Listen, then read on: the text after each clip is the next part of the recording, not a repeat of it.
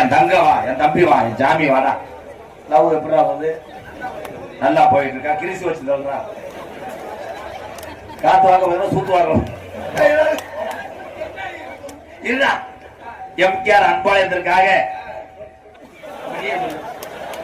ஏன்டா நானே விட்டு போட்டா பாரு.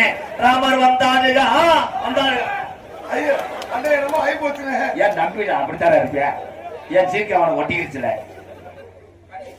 வாடா தங்கம் படிக்கிறேன் அண்ணே.